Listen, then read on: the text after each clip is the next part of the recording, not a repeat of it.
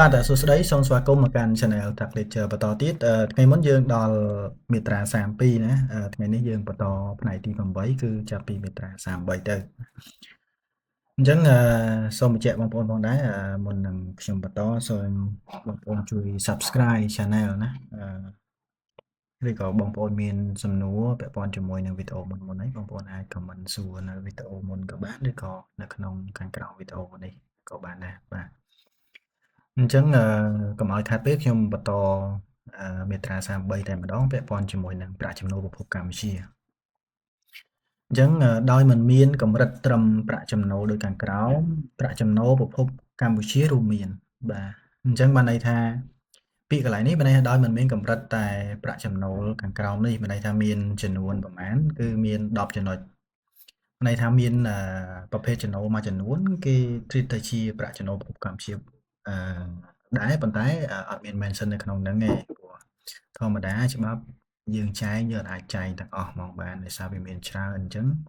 គេខ្លះវាអត់ចូលចំចំណុចនឹង 100% ប៉ុន្តែយើង treat ទៅវាយើងវិភាគទៅវាគឺជាចំណូលប្រភពកម្ពុជាណាអញ្ចឹងខ្ញុំសូមបន្តទៀតអញ្ចឹងមានទី1អីគេគឺការប្រាក់ដែលបង់ដោយសហគ្រាសនិវាសនជនក្រុមហ៊ុនសហកម្មសិទ្ធិនិវាសនជនឬក៏ស្ថាប័នរដ្ឋាភិបាលនៃប្រជាជាតិកម្ពុជាបាទអញ្ចឹងមកន័យថានៅពេលដែលការប្រាក់ដែលបង់ដោយអីគេសហគ្រាសនិវាសនជនយើងបានរៀនហើយក្រុមហ៊ុនសហកម្មសិទ្ធិយើងបានរៀនហើយស្ថាប័នរដ្ឋាភិបាលអញ្ចឹងនៅពេលដែលគាត់ទូទាត់ថ្លៃការប្រាក់ទៅក្រៅប្រទេសអញ្ចឹងកន្លែងហ្នឹងគឺត្រូវធ្វើការកាត់ទុកតាមចំណូលប្រភពកម្ពុជាអញ្ចឹងមាត្រា26យើងបានរៀនហើយណាពាក់ព័ន្ធជាមួយពន្ធកាត់ទុកចំពោះចំណូលប្រភពកម្ពុជាអញ្ចឹងនៅពេលដែលទូទាត់តាមមាត្រា33ទាំងអស់នេះត្រូវកាត់ទុក 14% សិនចាំទូទាត់ឲ្យទៅក្រៅប្រទេសបាទទី2ភាគលាភដែលបានបែងចែកដោយសហគ្រាសនិវាសនជនអញ្ចឹងកន្លែងនេះគឺច្រើនណាស់ជាទូទៅដោយសារស្រុកយើងគឺជាប្រទេសដែល open ទៅលើវិនិយោគិនក្រៅប្រទេសអញ្ចឹងនៅពេលដែលគាត់រកស៊ីចំណេញនៅក្នុងស្រុកយើងហើយគាត់មាន shareholder ជាក្រៅជាអនិវាសនជនណាដែលស្ថិតនៅក្រៅប្រទេសកម្ពុជានៅពេលដែលគាត់បង់ពន្ធលើប្រាក់ចំណូលតាមច្បាប់កម្ពុជាហើយអញ្ចឹងភាគលាភមួយចំនួនក៏ត្រូវបែងចែកដែរអញ្ចឹងឧទាហរណ៍ថាបើសិនជាគាត់បែងចែកឲ្យអ្នកចូលហ៊ុនដែលជានិវាសនជននៅកម្ពុជាឧទាហរណ៍ជនជាតិខ្មែរចុះអញ្ចឹងកន្លែងហ្នឹងគឺគាត់អត់ត្រូវជាប់ពន្ធកាត់ទុកទេក៏ប៉ុន្តែបើសិនជាគាត់ទូទាត់ភាគលាភហ្នឹងទៅឲ្យអនិវាសនជននៅក្រៅប្រទេសអញ្ចឹងកន្លែងហ្នឹងគឺជាចំណូលប្រភពកម្ពុជាអញ្ចឹងត្រូវជាប់ពន្ធកាត់ទុកលើសេវាកម្មសំទោសលើភាគលាភហ្នឹង 14% បាទអញ្ចឹងយើងបកទៅមើលមាត្រា26វិញណាខ្ញុំទាញទៅឲ្យមើលបន្តិចដើម្បីរំលឹកនេះណាអញ្ចឹងពន្ធកាត់ទុកលើការទូទាត់ឲ្យដល់អ្នកជាប់ពន្ធអនិវាសនជនកន្លែងនេះឃើញគេ mention ណាអញ្ចឹងនេះអ្នកជាប់ពន្ធអនិវាសនជនដែលប្រកបជីវកម្មរួមទាំងគ្រឹះស្ថានចន្ទ្រៃរបស់អនិវាសនជនដែលធ្វើការទូទាត់ប្រាក់ចំណូលប្រភពកម្ពុជាដោយចែងនៅក្នុងមាត្រា33នៃច្បាប់នេះឃើញទេទៅឲ្យអ្នកជាប់ពន្ធអនិវាសនជនត្រូវកាត់ទុកតាមមាត្រា 14% ណាកន្លែងនេះ 14% អញ្ចឹងកន្លែងហ្នឹងយើងត្រូវមើលមាត្រាហ្នឹងផ្គូផ្ចូលគ្នាដើម្បីចាប់ពន្ធកាត់ទុកឬក៏យើងទូទាត់កាត់ទុកដើម្បីបង់ពន្ធជូនរដ្ឋបាលសហប្រពន្ធក្នុងនាមយើងជាសហគ្រាសបាទអញ្ចឹងយើងបន្តមាត្រា33បន្តទៀតអញ្ចឹងមានអីទៀតអញ្ចឹងទី1មិញមានការប្រាក់នេះណាទី2មានភាគលាភទី3ចំណូលពីសេវាកម្មដែលបំពេញនៅក្នុងប្រជាជាតិកម្ពុជាអញ្ចឹងបើសិនជាក្រុមហ៊ុនក្នុងស្រុកយើងទូទាត់ថ្លៃសេវាកម្មណាដែលបានបំពេញនៅក្នុងប្រជាជាតិកម្ពុជាកន្លែងហ្នឹងក៏យើងត្រូវកាត់ទុក 14% សិនមុននឹងយើងទូទាត់ទៅឲ្យអនិវាសនជននៅក្រៅប្រទេសបាទអញ្ចឹង keyword របស់ clear នេះគឺនៅក្នុងប្រជាជាតិកម្ពុជាបើតែបំពេញនៅក្នុងប្រជាជាតិកម្ពុជាអញ្ចឹងសេវាមួយចំនួនគេអត់បំពេញនៅកម្ពុជាអញ្ចឹងបើ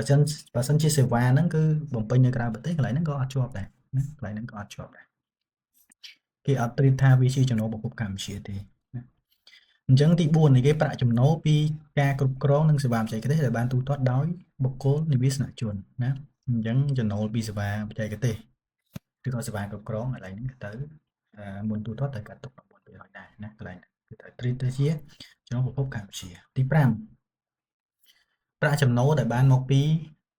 ចលនាទ្រព្យឬក៏អចលនទ្រព្យក្នុងករណីដែលទ្រព្យនោះស្ថិតក្នុងបរិជាចក្រកម្ពុជាអញ្ចឹងចំពោះសេវាចំពោះសេវាគ្រប់គ្រងសេវាបច្ចេកទេសយើងពិបាកបន្តិចដែលមិនដឹងថាពេលខ្លះយើងមិនដឹងថាសេវាហ្នឹងពេញនៅណាណាប៉ុន្តែបើសិនជាអចលនទ្រព្យយើងអត់ខ្វល់ទេទោះសេវាហ្នឹងពេញនៅណានៅទៅឲ្យសំខាន់គឺទ្រព្យនោះស្ថិតនៅក្នុងបរិជាចក្រកម្ពុជាអញ្ចឹងបើសិនជាទ្រព្យនឹងស្ថិតនៅក្នុងប្រទេសកម្ពុជាគេគិតថាសេវាហ្នឹងពេញនៅក្នុងកម្ពុជាអញ្ចឹងត្រូវចាត់ជាចំណូលប្រភពកម្ពុជាបាទមួយទៀតពាក់ព័ន្ធជាមួយនឹងសួយសារដែលបានមកពីការប្រើប្រាស់ឬក៏សិទ្ធិប្រើប្រាស់ទ្រព្យអរូបីដែលបានទូទាត់ដោយអ្នកជាប់ពន្ធអនិវាសនជនឬអ្នកជាប់ពន្ធអនិវាសនជនតាមរយៈគ្រឹះស្ថានចន្ទ្រៃនៅក្នុងបរិជាចក្រកម្ពុជាបាទអញ្ចឹងសួយសារការប្រាក់ណាសួយសារការប្រាក់អាហ្នឹងជាប្រភពចំណូលកម្ពុជាដែរចំណូលប្រភពកម្ពុជាដែរណាសិនជាមានការទូទាត់តាមឃ្លាទី6នេះទី7គឺផលចំណេញពីការលក់អចលនទ្រព្យឬក៏ចលនាទ្រព្យរួមទាំងទ្រព្យអរូបីដែលស្ថិតនៅក្នុងប្រជាជាតិកម្ពុជាឬផលចំណេញពីការផ្ទេរផលប្រយោជន៍ណាមួយនៃចលនាទ្រព្យឬអចលនទ្រព្យទ្រព្យអរូបីដែលស្ថិតនៅក្នុងប្រជាជាតិកម្ពុជាដូចគ្នាណាកន្លែងនេះចលនាទ្រព្យឬក៏អចលនទ្រព្យលុះត្រាតែទ្រព្យទាំងអស់ហ្នឹងគឺនៅក្នុងប្រជាជាតិកម្ពុជាបាទមួយទៀតត្រូវចាត់ទុកថាជាចំណូលប្រភពកម្ពុជាដែរនោះគឺបុព្វលាភធានារ៉ាប់រងឬក៏ធានារ៉ាប់រងបន្តចំពោះហានិភ័យនៅក្នុងប្រជាជាតិកម្ពុជាអញ្ចឹងគេគិតតែរឿងហានិភ័យនៅក្នុងប្រជាជាតិកម្ពុជាបើសិនជាហានិភ័យហ្នឹងមិនមែនស្ថិតនៅក្នុងប្រជាជាតិកម្ពុជាទេគឺយើងមិនចាត់ទុកថាជាចំណូលប្រភពកម្ពុជាទេបាទ9គឺផលចំណេញពីការលក់ទ្រព្យដែលជាចំណែកនៃទ្រព្យសកម្មរបស់គ្រឹះស្ថានអចិន្ត្រៃយ៍ឬរបស់អ្នកជាប់ពន្ធអនិវាសជននៅក្នុងប្រជាជាតិកម្ពុជាអញ្ចឹងធម្មតាគ្រឹះស្ថានចន្ទ្រៃបើសិនជាអនិវាសជនគាត់មានគ្រឹះស្ថានចន្ទ្រៃនៅកម្ពុជាហើយគ្រឹះស្ថានចន្ទ្រៃហ្នឹងគាត់លក់ទ្រព្យអញ្ចឹងចំណូលហ្នឹងមិនត្រូវទូទាត់ទៅអនិវាសជនក្រៅប្រទេសអញ្ចឹងកន្លែងហ្នឹងគឺត្រូវចាត់ទុកថាជាចំណូលប្រភពកម្ពុជាដែរទី10គឺចំណូលពីសកម្មភាពជីវកម្មរបស់អ្នកជាប់ពន្ធអនិវាសជនតាមរយៈគ្រឹះស្ថានអចិន្ត្រៃយ៍នៅក្នុងប្រជាជាតិកម្ពុជាបាទអញ្ចឹងក្រុមហ៊ុនមួយចំនួនគាត់អត់មករកស៊ីខ្លួនឯងគាត់រកស៊ីតាមរយៈគ្រឹះស្ថានចន្ទ្រៃរបស់គាត់ដូចយើងរៀនរូបមន្តខាងមុខណាពីមុនមកយើងរៀនពីយមន័យស្អីគេគ្រឹះស្ថានចន្ទ្រៃអញ្ចឹងបើសិនជាគាត់គាត់រកស៊ីតាមគ្រឹះស្ថានចន្ទ្រៃរបស់គាត់ហ្នឹងគឺមានន័យថាចំណូលរបស់អនិវាសជនហ្នឹងគឺត្រូវចាត់ទុកថាជាចំណូលប្រភពកម្ពុជាបាទអញ្ចឹងមិញយើងសិក្សាពីចំណូលប្រភពកម្ពុជាអញ្ចឹងដល់អីគេប្រាក់ចំណូលប្រភពបរទេសបាទ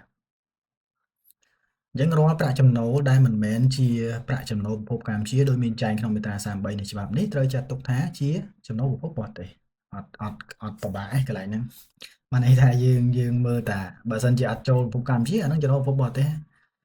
ខ្ញុំបញ្ជាក់កន្លែងហ្នឹងបន្តិចហេតុអីបានគេត្រូវបែងចែកចំណូលប្រភពកម្ពុជាចំណូលប្រភពបរទេសដើម្បីអីណា